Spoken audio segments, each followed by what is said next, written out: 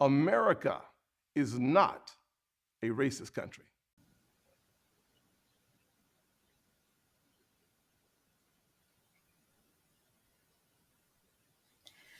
Ladies and gentlemen, you know, there were several articles out today asking, have things changed for Black Minnesotans since the death of George Floyd? And of course, we know the answer. We know the answer because we are witnessing this place hanging on by a thread. But one thing they are determined not to change is policing. And you recently heard what Joe Biden said. He said he's going to give them more money to put more police out on the street. So whenever you hear stuff like that, he's not interested in qualified immunity. He's not interested in making changes. And then recently, they put another article out about all the white supremacists that are in policing. Yeah, they'll drop that in an article every now and then, but they're not going to do nothing about it. We have heard this for so many years now, and they have yet to lift a finger to do anything. So in Minnesota, the white politicians had promised to make changes when it comes down to racial disparities, but they have actually done nothing. They haven't done a thing in Minnesota since the death of George Floyd. In fact, they haven't done a thing nationwide. I'm going to go ahead and play this audio for you.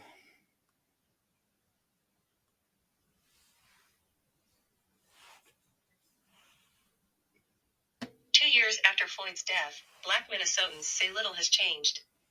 White politicians promised to address the state's deepest racial disparities. But activists and residents say they haven't delivered. News by Holly Bailey.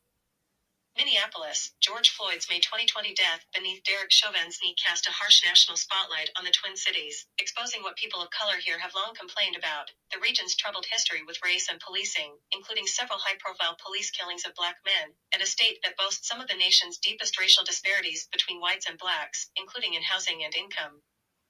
And in the days after Floyd's murder, white politicians publicly grappled with how a state known for its progressive politics and economic opportunity could become the ugly epicenter of an American reckoning on race and justice. At the news conference after Floyd's death, Minnesota Governor Tim Walz, Democrat, spoke emotionally of how a state long ranked as one of the best places to live in terms of jobs and education did not deliver for people of color, and joined other elected officials in vowing to fix those disparities. We ranked second in a survey of the 50 states, second in happiness behind Hawaii. But if you take a deeper look and peel it back, all of those statistics are true if you are white. If you're not, we ranked near the bottom, he said. Those two things can't operate at the same place. You cannot continue to say you're a great place to live if your neighbor, because of the color of their skin, doesn't have that same opportunity.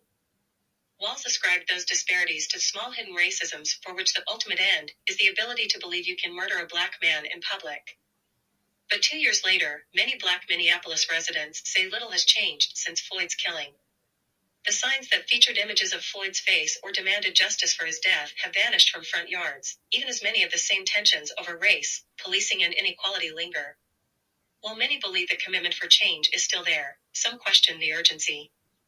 Although everybody's heart seems to be in the right place, their actions are not matching up as fast. We're dealing with big, deep cultural issues, systematic issues that have built up for hundreds of years, and that takes time, said P.J. Hill, an advisor at North Rock Partners and vice chair of the Minneapolis NAACP. You worry about the time that it is taking and whether we are missing a moment.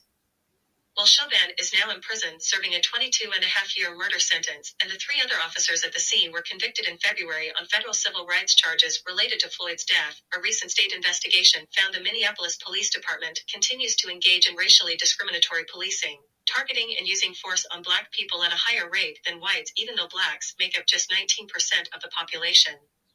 Since Floyd's death, two other Black men have been killed by police, inflaming the trauma of a city that remains deeply on edge.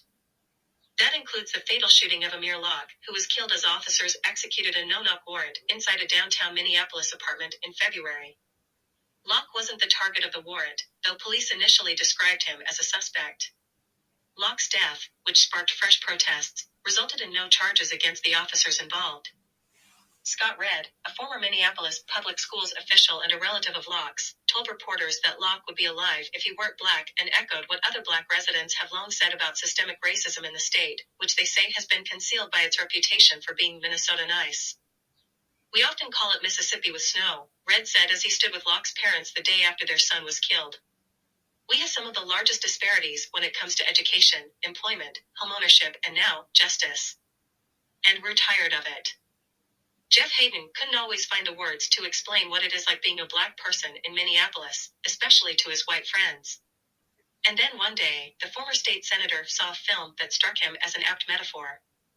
It's like that movie, Get Out, Hayden said, referring to Jordan Peele's Oscar-winning 2017 racial satire, which depicted a black man arriving into a world that appeared nice on the surface, but turned out to be ominous underneath. In the film, everything is pleasant, just like it is here. Minneapolis is a beautiful city, with downtown and the lakes. People are pleasant. It has this history of great mayors.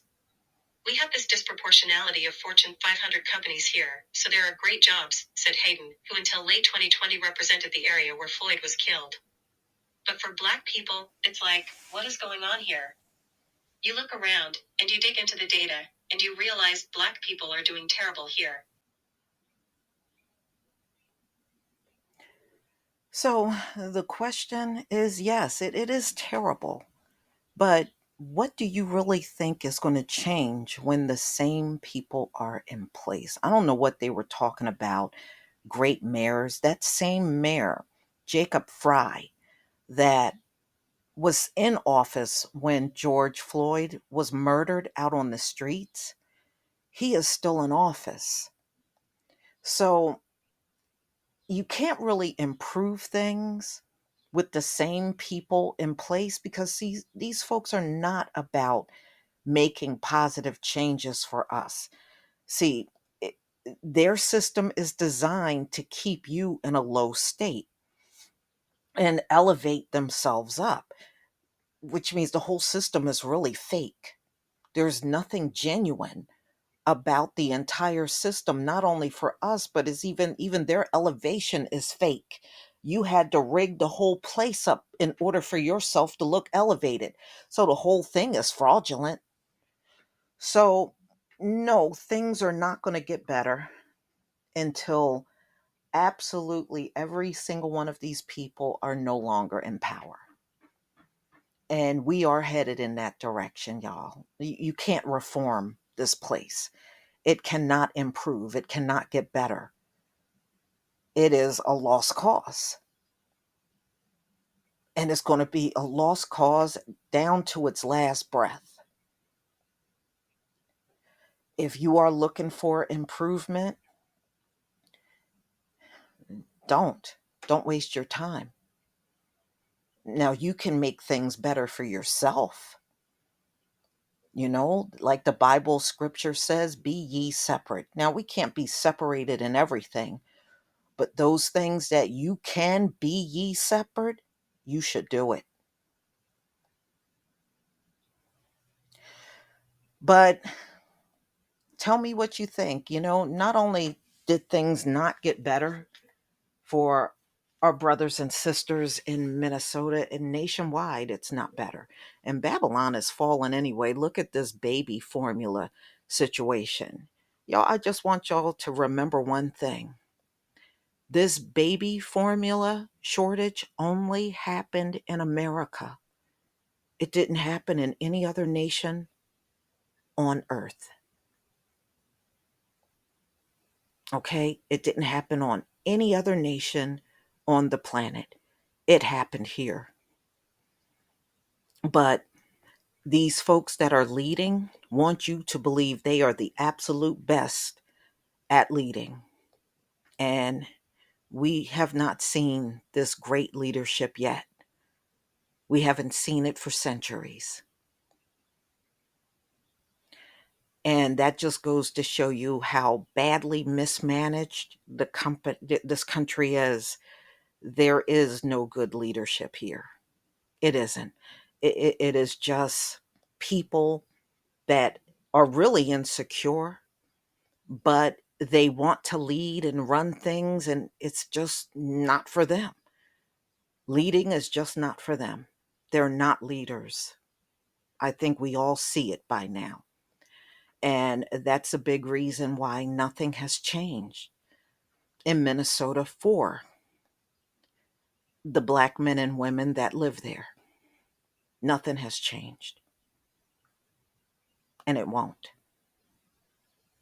Babylon is falling. I say let it fall.